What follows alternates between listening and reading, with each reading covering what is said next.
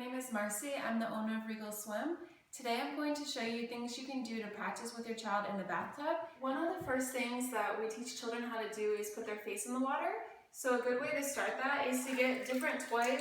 They can be either pool toys or just regular toys. Even if they're squirt toys, you can fill them up with water and they'll sink.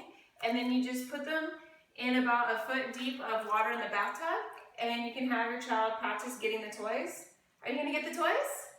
Yeah, can you get this toy? And then you'll put more and more water in until they'll have to put more and more of their body in the water. This way they kind of have to put their mouth in the water and get it. Watch me, Owen. I got it. Can you put your mouth in the water and get it? You got it. Can you put your nose in the water and get it? No. I got it. Another thing you can practice in the bathtub is blowing bubbles. Okay, let's blow bubbles.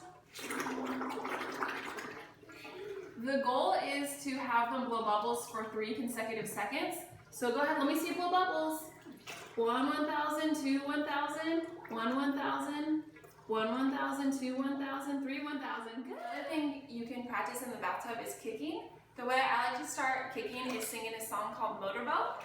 Motorboat, motorboat, go so slow. Motorboat, motorboat, go so fast. Motorboat, motorboat, step on the gas. Very good. Sometimes when they're first learning, he obviously already knows how to kick a little bit, but you can always do it with their legs too. Motorboat, motorboat, go so slow. Motorboat, motorboat, go so fast. Motorboat, motorboat, step on the gas. The next step in kicking is learning how to kick with a pool noodle. So you can get a pool noodle at any pool supply place at any time of the year, or at a store like Target if it's summertime. And they start out really long, but you can just use scissors and cut them to fit the width of your bathtub. And I would start out with both halves of the pool noodle just to give the child more support. And you put the child on the pool noodle. Can we practice kicking? And you just put them on like this. Okay, let me see you kick your feet. Can you kick your feet? Very good. Sometimes they'll kick if you say kick. If not, you can always sing motorboat as kind of a cue. Motorboat, motorboat, go so slow. Motorboat, motorboat, go so fast. Motorboat, motorboat, step on the gas. Another thing that's a weird sensation for little kids is getting water in their ears. So we're going to practice having him put his ears in the water. Can you put your ear in the water and listen to the water? You got both ears in? Can you listen to the water on the other side? Can you get this ear in the water? You can do that ear again? Can you get this ear in the water? Can you do this ear? Let's see. Are you listening to the water? All right, let's do both ears. Lay back and do both ears. Let's do both ears. You can also have a child practice kicking on his back with a noodle. I'm gonna put you on your back, okay? So you just lean him back, put his arms around the noodle.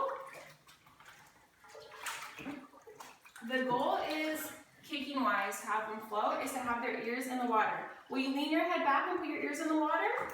There we go, like that. Can you kick your feet? Motorboat, motorboat, go so slow. And kick. Motorboat, motorboat, go so slow. Motorboat, motorboat, go so fast. Motorboat, motorboat, step on the gas. Good kicking. To help children learn how to float on their back, you can put about this much water in the bathtub and then get a toy and tell them the toy is going to be like a pillow and you want it to be touching the back of their head. So I'll put it on the back of their head and I'll go ahead and lean them back. Okay, go ahead, lean back. Can you lean all the way back and use the toy as a pillow and lean back like this? And you just have them lay there until they feel comfortable and they don't swim around. Let's count to 10. 1, 2, 3, 4, 5, 6, 7, 8, 9, 10. So this gets them comfortable with ears in the water and just learning how to be still while they're floating on their back.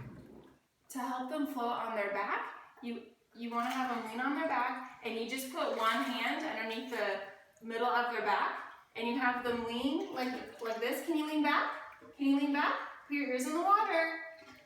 And you basically just hold them until they... You have to hold them until they stop squirming and you don't feel any weight on their back. And then if like this is their back, you just move your hand about an inch down, so if they sink, you'll still catch them, but they can start to float on their own. Let's see here. 1, ooh, almost. Let's see if you can do it. Okay, here, tell me, here you go.